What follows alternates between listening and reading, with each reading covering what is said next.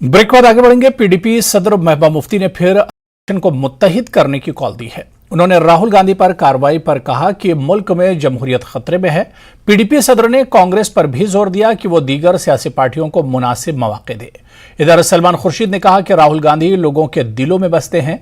इनका कहना था कि मुल्क जमहूरियत पर हमले से परेशान है। कुछ सियासी लीडर हालांकि साथ आने के बारे में तजब्जुब में मुब्तला हैं, लेकिन मुल्क को बचाने के मिशन में शामिल हो रहे हैं।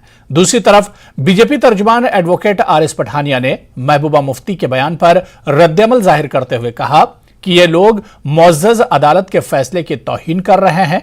इनका कहना था कि पीएम मोदी की क़यादत वाली हुकूमत के खिलाफ जहाज खोलने में अपोजिशन कभी कामयाब नहीं हो सका और ना ही कभी कामयाब होगा।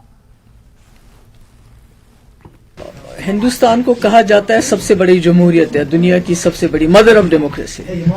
तो आज मुझे लगता है सबसे बड़ा अटैक जो है उसी जमहूरी निजाम पे हो रहा है, उसी कॉन्स्टिट्यूशन पे हो रहा है जिसके बलबूते पे ये मुल्क बना हुआ है।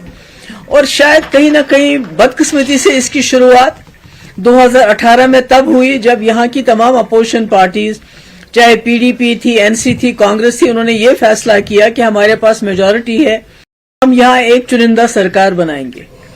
और उस वक्त फैक्स का बहाना करके अनकॉन्स्टिट्यूशनली उस वक्त असेंबली को डिसॉल्व किया गया और सरकार बनने नहीं दी। ये एक आने वाले वक्त की तरफ ही इशारा था कि आने वाले वक्त में क्या हो रहा है।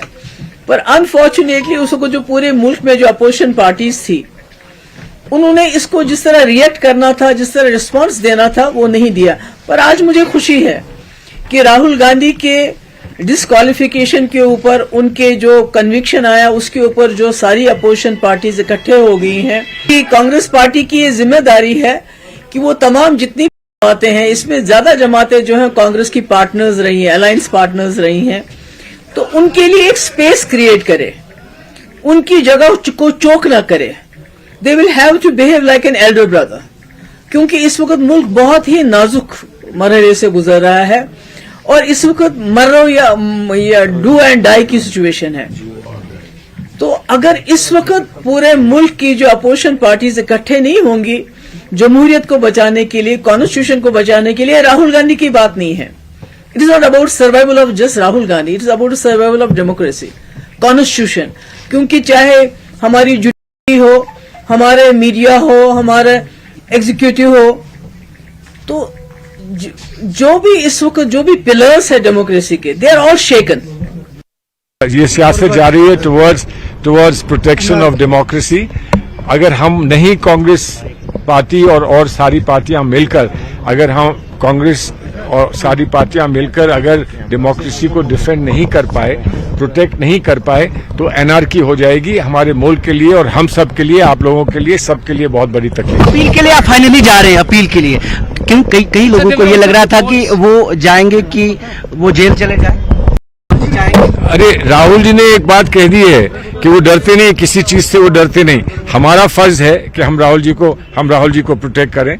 हम उनके पीछे चल रहे हैं। हमने कहा कि हमें गर्व है उन पर, फख्र है उन पर, तो हम उनके पीछे चल रहे हैं। हम उनको प्रोटेक्ट करें, ये हमारा फर्ज है। जिस तरह से भारत आगे बढ़ेगा, जिस तरह से भारत का कद राष्ट्रीय अंतर्राष्ट्रीय स्तर पे बढ़ेगा, वैसे ही ये साजिशें भी बढ़ेंगी, ये गैंग भी बढ़ेंगे और ये अनहोली अलायंसेस भी। किसी की आइडियोलॉजी क्या है, किसी की विचारधारा क्या है, किसी का मैनिफेस्टो घोषणा पत्र क्या है, किसी का स्टैंड पॉइंट हर विषय के ज्वलंत विषयों को लेकर, देश के ज्वलंत विषयों को लेकर क्या है, लेकिन एक मंच पे आ गए हैं कि भारतीय जनता पार्टी के विरुद्ध हम गैंग बना के भारतीय जनता पार्टी को रोकेंगे। 2014 में भी किया गया, 2019 में भी किया गया, एक ट्राई और 2024 में करें। लोग ये अगर इकट्ठे हैं तो लोग भी इकट्ठे हैं। लोग प्रधानमंत्री मोदी जी के साथ और भारतीय जनता पार्टी के साथ खड़े हैं। आपके ध्यान में रहे जो पिछले दिनों कुछ डेवलपमेंट्स राष्ट्रीय स्तर पे, विशेषकर पार्लियामेंट में और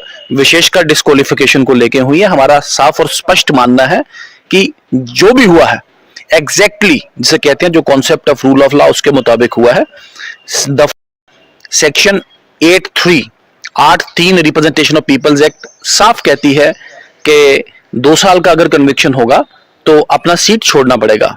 धारा 8 और फिर उसकी जो दूसरी जो 4 सब क्लास 4 है वो कहती है कि 3 महीने का ब्रीदिंग पीरियड मिलेगा, 3 महीने तक कोर्ट से स्टे ले सकते हैं।